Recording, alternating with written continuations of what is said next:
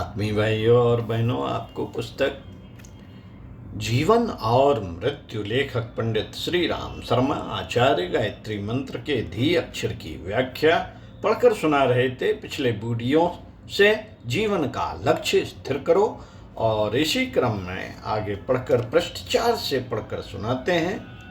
आइए सुनते हैं पिछले वीडियो के क्रम में। कोई भी काम न तो अपने आप में अच्छा है न बुरा, उसे जिस भावना से किया जाता है उसी के अनुसार वह भला बुरा बन जाता है। पानी रंग रहित है, उसमें जैसा भी रंग डाल दिया जाए वह वैसे ही रंग का बन जाता है। इसी प्रकार समस्त कर्म भावना के अनुसार भले बुरे बनते हैं। कई बार उद्देश्य के लिए विवेक पूर्वक सद्भावना के साथ हिंसा, चोरी, असत्य, छल, व्यभिचार तक बुरे नहीं ठहरते। भगवान कृष्ण के तथा अन्य महापुरुषों के जीवन में इस प्रकार की घटनाएं मिल सकती हैं। जबकि अनुचित कहे जाने वाले कर्मों को अपनाया गया हो। इसी प्रकार अविवेक पूर्वक या बुरे उद्देश्य से किए गए सत्कर्म भी बुरे हो जाते हैं। बुरे हो जाते हैं साथियों। आताताई पर दया करना, हिंसक बधिक के पूछने पर पशु पक्षियों का पता बताने का सत्य बोलना, कुपात्रों को दान देना आदि कार्यों से उल्टा पाप लगता है। उल्टा पाप लगता है, इसलिए कर्म के स्थूल रूप पर अधिक ध्यान न देकर उसकी सूक्ष्म गति पर विचार करना चाहिए।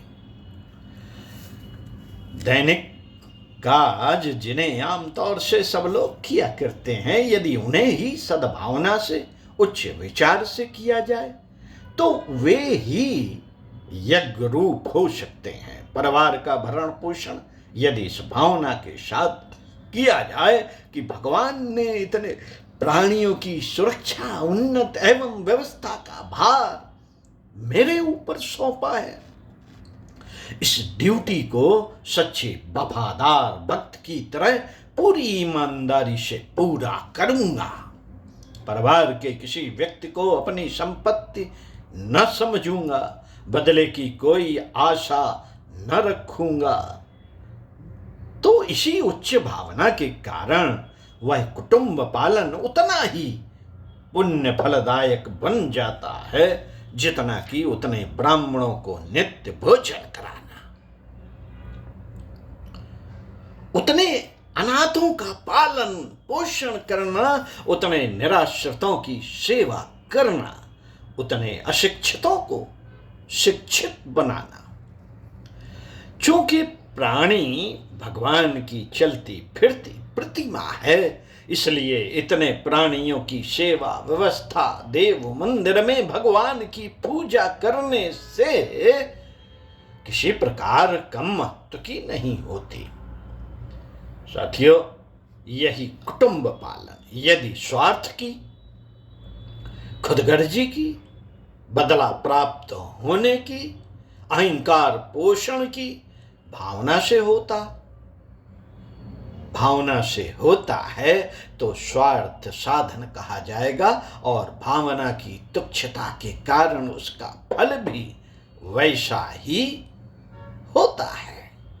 व्यापार, कृषि, शिल्प, युद्ध, उपदेश आदि व्यसनों को यदि यह सोचकर किया जाए कि इन कार्यों से संसार की सुख शांति में वृद्धि हो, सात्विकता बढ़े, मेरे कार्य नर नारायण को प्रसन्न करने वाले और संतोष देने वाले हो, तो इन भावनाओं के कारण ही वह साधारण कार्य पुण्यमय यज्ञ रूप बन जाते हैं। मित्रों, केवल कल्पना करने या झूठ मूठ मन समझा लेने या किन्हीं शब्दों को मन ही मन दोहरा लेने को भावना नहीं कहते। उच्चा सच्चा संकल्प, पक्का दृष्टिकोण और अटूट विश्वास मिलकर भाव बनता है। उस भाव से किए हुए कार्य उच्च, अच्छे, लाभदायक, सुदृढ़ एवं सात्विक होते हैं। उच्च भावना के साथ जिस कुटुंब का पालन किया गया है उसमें राजा हरिश्चंद्र के से स्त्री पुत्र निकलेंगे। व्यभिचारिणी स्त्री और अवज्ञाकारी पुत्र वहां मिलेंगे जहां कुटुंब पोषण तुच्छ विचारधाराओं के साथ किया जाता है। उच्च दृष्टिकोण वाला ब्राह्मण यजमान को ठगने के लिए मीन मेख लड़ाने की हिम्मत नहीं करता। उच्च दृष्टिकोण वाला क्षत्रिय किसी निर्बल या निरपराध की तरफ त्योरियां नहीं चढ़ा सकता। उच्च भावना वाला वैश्य घी में वेजिटेबल नहीं मिला सकता और न तंबाकू की गंदी पुस्तकों की मांस मदिरा की दुकान खोल सकता है। जालसाजी से भरी हुई कमजोर, नकली, मिलावटी, हानिकारक चीजें वह कितने ही बड़े प्रलोभन के बदले नहीं बेच सकता। अपने लाभ को वह ग्राहक के लाभ से अधिक महत्व नहीं दे सकता।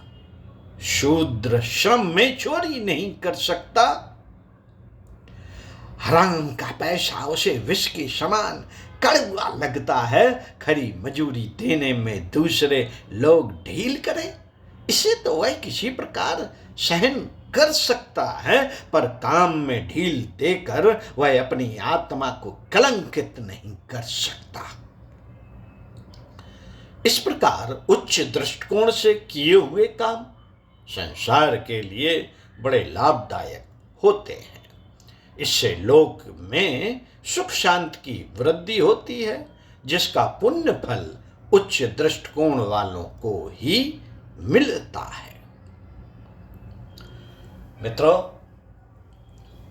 विचारों को उच्च बनाकर, भावनाओं को परमार्थमयी रखकर धीर पुरुष विवेक द्वारा कर्मों को पवित्र कर लेते हैं। ऐसे पुरुषों के विचार और कार्य तो महान होते ही हैं, साथ ही वे सुखी, उत्तम बुद्धि वाले ब्रह्म परायण व्यक्ति वाणी को भी दिव्य कामना से ही उच्चारण करते हैं।